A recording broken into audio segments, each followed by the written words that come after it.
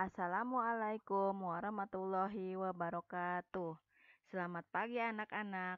Selamat berjumpa kembali dengan Bu Guru pada pembelajaran IPA hari ini, hari Selasa, tanggal 9 Februari 2021 dengan materi interaksi makhluk hidup dengan lingkungannya.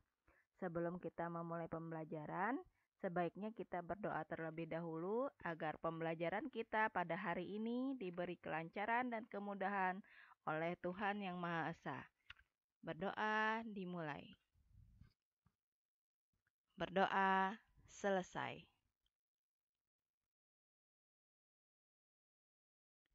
Sebelum kita membahas lebih jauh lagi tentang materi kita pada hari ini, Bu Guru ingin menjelaskan tentang pengertian lingkungan dan ekosistem. Lingkungan adalah segala sesuatu di luar individu. Segala sesuatu di luar individu ini contohnya adalah makhluk hidup lain, air, cahaya matahari, dan udara. Sedangkan ekosistem adalah interaksi antara makhluk hidup dengan lingkungan abiotiknya.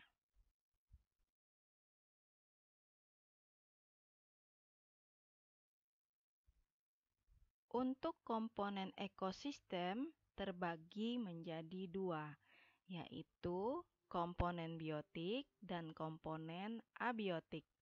Komponen biotik adalah komponen yang meliputi semua makhluk hidup yang terdapat dalam suatu ekosistem.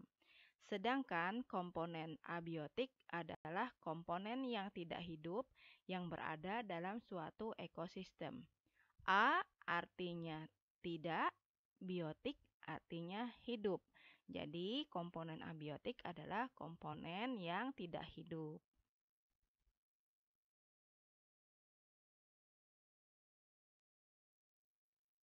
Untuk komponen biotik terbagi menjadi tiga, yaitu produsen, konsumen, dan pengurai. Produsen adalah suatu organisme yang mampu mengolah dan membuat makanannya sendiri, atau yang disebut autotrof. Contohnya tumbuhan hijau. Konsumen adalah organisme yang tidak dapat membuat makanannya sendiri, disebut heterotrof. Contohnya manusia dan hewan. Jadi konsumen ini adalah organisme yang memanfaatkan hasil dari produsen. Yang ketiga adalah pengurai, yaitu organisme yang berperan dalam proses penguraian sisa organisme yang telah mati. Contohnya bakteri, jamur, dan cacing.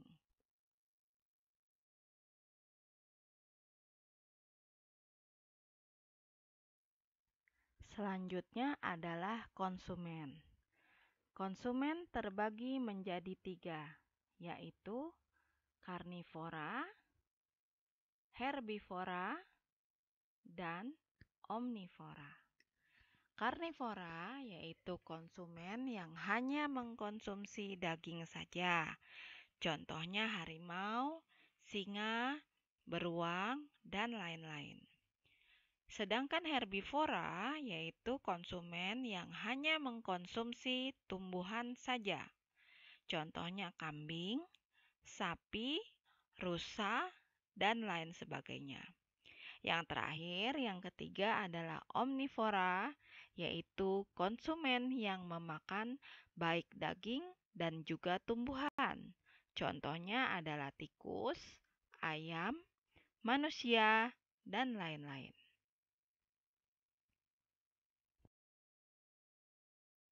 Selanjutnya adalah komponen abiotik.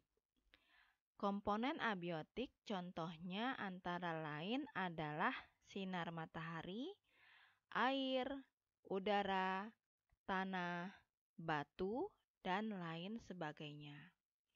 Sinar matahari berguna untuk membantu proses fotosintesis pada tanaman hijau. Sedangkan air berguna bagi kelangsungan makhluk hidup di bumi dalam segala aspek, misalnya minum atau sebagai tempat hidup bagi makhluk hidup yang hidup di air. Udara berguna untuk bernafas bagi seluruh makhluk hidup.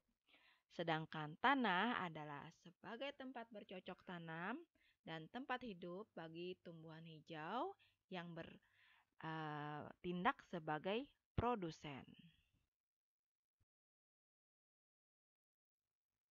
Selanjutnya adalah satuan dalam ekosistem.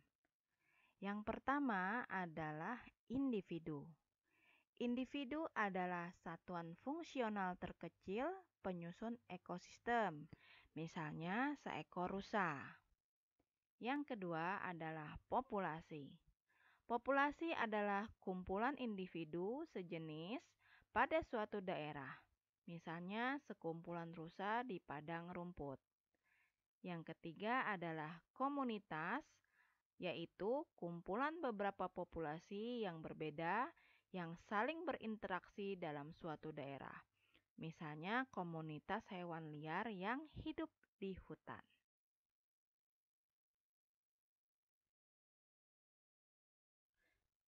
Setelah kalian menyimak dan memperhatikan penjelasan dari Bu Guru, kini saatnya kalian mengerjakan tugas untuk minggu ini.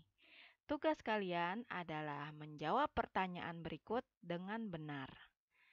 Kemudian jawaban ditulis di buku portofolio, kemudian difoto dan diupload ke web sekolah. Pertanyaan pertama, apa yang dimaksud dengan individu? Pertanyaan kedua, konsumen jenis apakah kelelawar dan burung hantu itu? Pertanyaan ketiga, sebutkan organisme yang tergolong dekomposer atau pengurai. Yang terakhir, yang keempat adalah sebutkan komponen-komponen abiotik penyusun ekosistem.